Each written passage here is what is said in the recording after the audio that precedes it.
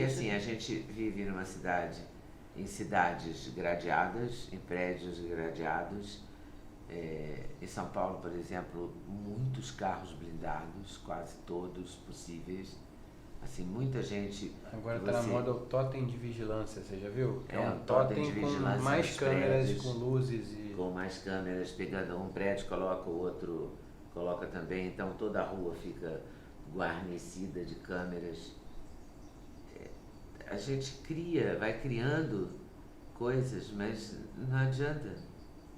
Mas é preciso ter cuidado, porque, lógico, a violência é crescente, nós vivemos entrincheirados, mas você tem que considerar que isso não é a maior parte da humanidade. Cuidado para que a gente não caia em cima de uma propaganda maciça que nos faz perder a fé no ser humano e comece a acreditar em coisas que não são tão reais assim. Eu sou capaz de apostar para vocês que para cada um desses assaltantes que estão por aí, você deve ter uns 5 a 10 seres humanos fazendo coisas grandiosas no mundo. Sim. É a experiência da sua própria vida. Eu, pegando a experiência da minha vida.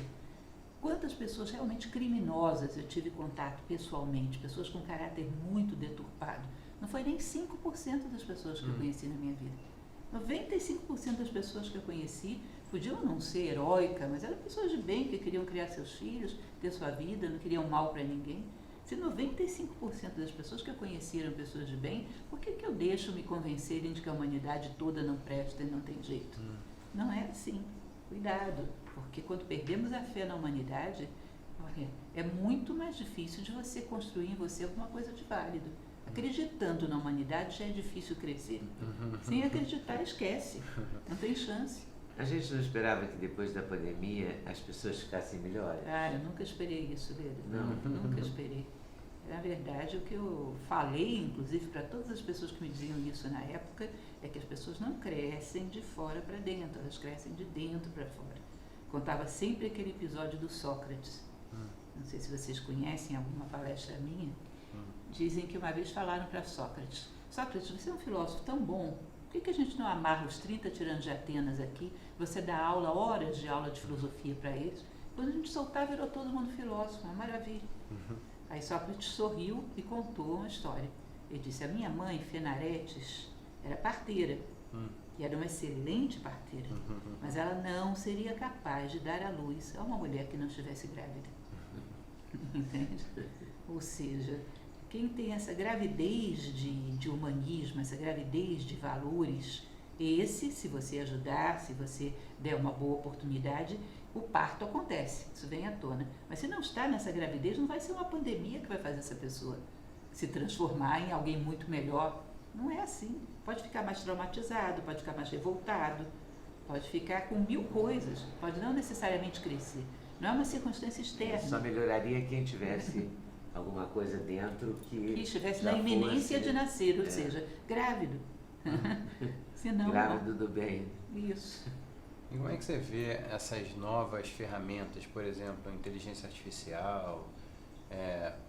A gente falou mais cedo aqui na nossa conversa que as pessoas mais velhas têm um conhecimento muito valioso e que a sociedade hoje acaba não valorizando na medida certa esse conhecimento. E aí eu vi o Walter Longo uma vez falando que como as gerações mais velhas vão conseguir dar comandos mais precisos para a inteligência artificial por conta de mais acervo cultural, melhor domínio da linguagem, então eles vão conseguir dar comandos e a inteligência artificial vai meio que resolver um pouco essa dificuldade de técnica de operar os sistemas. Por exemplo, é muito comum uma pessoa sábia que conhece muitas histórias, tem muita dificuldade de mandar um link no WhatsApp. Então, assim, que é uma coisa que para um jovem que não tem bagagem cultural nenhuma, é uma coisa automática. Ele já cresceu nativo ali, ele sabe compartilhar um endereço, um link, ele abre o link, ele já tem algum problema, ele já corrige e tal.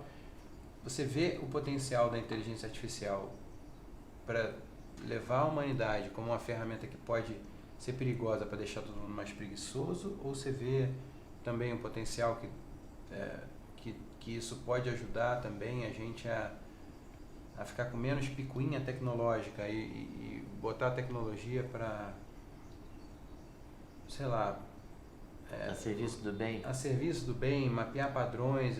A inteligência artificial você não consegue convencê-la de que igual você consegue convencer a nossa consciência, assim, eu estou fazendo certo, aí você vê lá o tempo, a gestão de tempo no seu smartphone. Aí você, por mais que você tente se convencer que você está gerindo bem aquele aparelho na sua vida, ele mostra com números que você ficou, sei lá, 2 horas por dia vendo abobrinha. Né? O dado está ali. E com a inteligência artificial, esse dado vai ser trabalhado de uma forma mais fácil. Você vê isso como uma coisa boa? Você vê isso com preocupação? Ou as duas coisas? Hoje mesmo eu falava sobre isso pela manhã, em uma palestra que dei, e eu dizia para eles uma coisa. Hoje, eu não sei o que será o futuro, mas hoje me preocupa menos a inteligência artificial, o avanço da inteligência artificial. Me preocupa mais o retrocesso da inteligência natural, porque é realmente isso. Nós temos que conceber que, pelo menos nesse momento, a inteligência artificial, o que ela faz é uma análise combinatória em cima de um repertório. Ou seja, ela tem um comportamento mecânico. Essa mecanicidade pertence à máquina. Não é ela que está roubando o nosso lugar, nós é que estávamos roubando o lugar dela, ao estarmos mecanizados. Existe toda uma seara, todo um território que é humano, território da imaginação, da inventividade, da criatividade, da inspiração, da intuição, da sensibilidade. Todas essas coisas são eminentemente humanas. Pelo menos nesse momento, máquina nenhuma entra aí. Ou seja, a máquina está empurrando o ser humano para entrar no território dele. E o que é mecânico fica para a máquina. Só que isso é muito sofrido, porque as pessoas têm resistência em pensar dá trabalho, refletir, ter reflexões profundas, e agora estão sendo forçadas para esse território. Porque tudo que é mecânico, a gente não tem como concorrer com a máquina. Evidentemente, ela vai ocupar esse espaço. E ela vai nos obrigar a entrar num campo mais humano, desenvolver valores muito mais sutis, capacidades que são exclusivamente nossas. E se não sabemos fazer isso, vamos ficar em maus lençóis, realmente. Mas pode ser que a humanidade também desperte e comece a se dedicar mais profundamente àquilo que lhe é próprio. Mais reflexão, mais valores, mais percepção profunda do sentimento do outro, ou seja, mais compromisso, todas essas coisas que estão dentro do campo humano e que a gente carece tanto. A humanidade, existe uma passagem, inclusive, que eu acho muito interessante na história da filosofia, que era Diógenes de Sinope, era um filósofo muito polêmico, ele vivia dentro de uma barrica, era uma figura curiosa. E se diz que todos os dias na Ágora, em Atenas, ele ia meio-dia para a praça com uma lamparina, chegava pertinho do rosto das pessoas. As pessoas diziam: o que você está fazendo com essa lamparina meio-dia, Diógenes? Ele dizia: eu estou à procura de um homem, mas hoje vou embora porque eu não achei nenhum. Eu acho que se ele estivesse vivo até hoje, ele falaria a mesma coisa.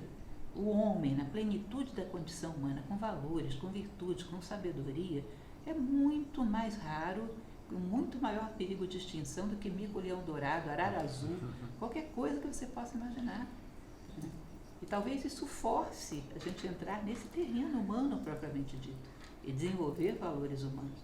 Eu assim espero, porque senão ficaríamos eternamente mecanizados, considerando que o nosso papel no mundo é fazer uma operação mecânica que não leva a lugar nenhum. Nós é que estávamos no lugar da máquina, e não ela no nosso. Isso vai nos forçar ao nosso território. E aí as pessoas têm muito medo disso, né? Pensar dá trabalho, pensar é difícil, pensar é perigoso. Elas têm muito medo disso e vão ter que se aventurar. Eu vejo uma tendência perigosa, assim, de estratificação cada vez maior, assim, exponencial, porque eu acho que com essas ferramentas tecnológicas vai ter uma tendência de que poucas pessoas controlem cada vez mais pessoas e não o contrário. Mas eu não sei, eu posso estar sendo meio distópico, meio pessimista. Eu vejo o potencial dos dois jeitos, mas eu estou sentindo agora, a minha análise hoje com 40 anos, como é que você vê isso, Lidinho? Você não consegue ser muito otimista, você consegue ser otimista? É difícil ser otimista. É claro que alguns vão usar como instrumentos de exploração, Alguns vão usar com fins militares, Mas eu acredito que para alguns pode sim ter um resultado positivo, como eu acabei de falar. Eu não posso desacreditar da condição humana, né? Porque filósofo que não acredita no ser humano está perdido. É verdade. E o simples conversar tem um poder muito grande para poder abrir os corações, né? Eu imagino, tipo, a nossa intenção ao te convidar aqui para conversar com a gente foi também